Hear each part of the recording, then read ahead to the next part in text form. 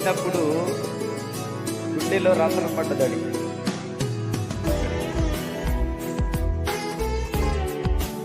చాలా హాస్పిటల్ తిరిగాము. ఏ హాస్పిటల్కి వెళ్ళినా వాళ్ళు చెప్పింది ఏంటంటే 50-50 ఛాన్సెస్ అండి అని చెప్పారు. మీరు సంతకాలు పెట్టి బయట కూర్చుంటే వాడు బతికితే మీకు తెచ్చిస్తాం, లేకపోయినా కూడా తెచ్చిస్తామని చెప్పారు. గుంటూరు వెళ్ళాము, విజయవాడలో టాప్ మోస్ట్ వెళ్ళాము, హైదరాబాద్ కూడా వెళ్ళాము.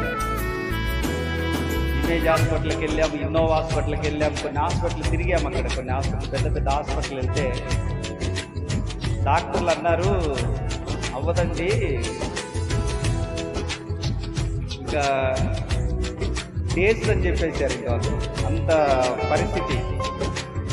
అప్పుడు కూడా మాతో పాటు మా మూడో అన్న దాసన్నే మొత్తం తిరిగింది మా కోసం. మా మూడో అన్న దాసన్న నా కోసం చాలా ప్రయాసపడ్డాడు, వీడి కోసం కూడా చాలా తిరిగాడు.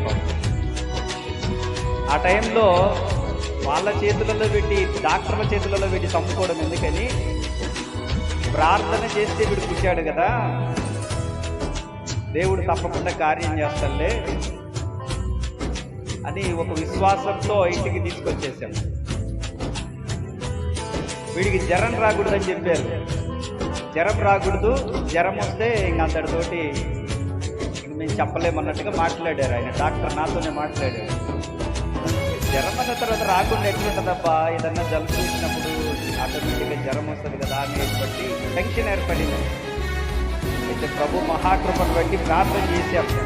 వీడి 9వ నెలలోనే అదంతా జరిగింది. బాగా తిప్పాము, ఖర్చు పెట్టగలిగిన పరిస్థితి ఉన్నప్పటికీ గ్యారెంటీ లేని పరిస్థితి అప్పట్లో. దేవుడు చాలా కృప చూపించాడు. 12 రోజులు ఉపవాసాలు ఉండి అనుదినం ప్రార్థన చేశాం. అనుదినము ప్రార్థన చేశాము. అప్పుడు దేవుడు చాలా కృప చూపించాడు. డాక్టర్లు కనీసం 1 సంవత్సరం కూడా గ్యారెంటీ ఇవ్వలేదు. దేవుడు 10 సంవత్సరాలు పట్టుకొని వచ్చింది.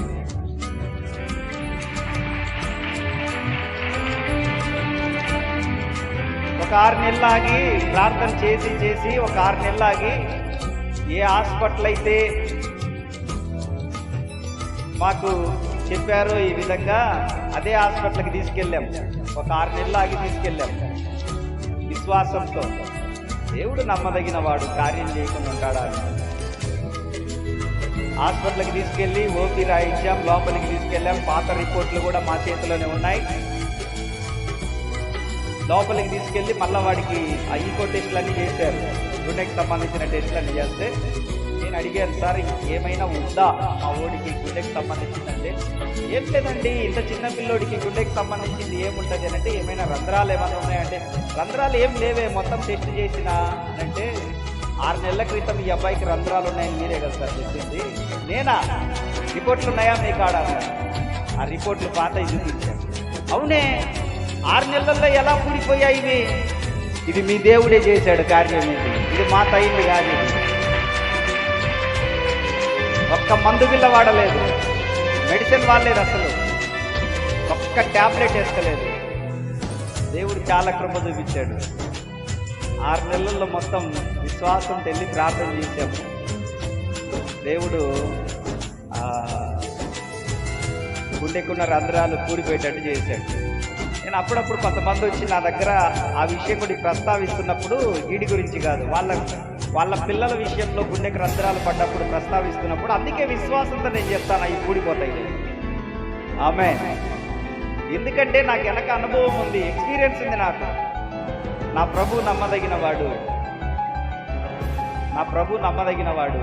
ఆయన మనల్ని దాటిపోడు, ఆయన మనల్ని దాటిపోడు. అందుకు నమ్మకం నాకు. కాబట్టి ప్రార్థన ద్వారా జీవితం. ఆమేన్. అలాగా ఇప్పుడు 10వ సంవత్సరం అంటే నాకు చాలా సంతోషంగా ఉంది. 10వ సంవత్సరం అయితే నిండు నూరేళ్ళు ప్రభు దీవించును గాక. ఆమేన్. మీ అందరి ప్రార్థన వాడికి ఉంటుంది కాబట్టి నేనేం భయపడాల్సిన పని లేదు. నా ప్రభు దయ మీ అందరి ప్రార్థన దీవెన వాడి పైన ఉన్నంత వరకు నేను నా కుటుంబం గురించి ఆలోచించాల్సినంత అవసరం లేదు.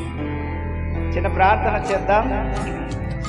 దేవుడు దీర్ఘాయువుతో నింపునట్లుగా సుఖ జీవనముతో కూడిన సంవత్సరములు దేవుని దయానే కిరీటం తన పైన ధరింపచేసి వర్ధిల్లునట్లు ప్రయోజకుడవునట్లు. ప్రేమ కలిగిన తండ్రి, మంచి దేవుడా, నీ ఉన్నతమైన శ్రేష్టమైన నామమునకు మహిమ కలుగునుగాక. ఈ మధ్యాహ్న కాల సమయంలో మీరు ఇచ్చినటువంటి మరొక సంవత్సరాన్ని దయాకిరీటంగా ఇచ్చినందుకు కృతజ్ఞతలు స్వామి. దీవించండి ప్రభువా. నా వలన నీకు దీర్ఘాయువు కలుగును, నీవు జీవించు సంవత్సరములు అధికములగునని సామెతల గ్రంథం 9:11 మీరు చెప్పారు. అలాగుననే యెహోవా యందు భయభక్తులు కలిగి ఉండుట దీర్ఘాయువునకు కారణమని వాక్యం సెలవిస్తూ ఉంది.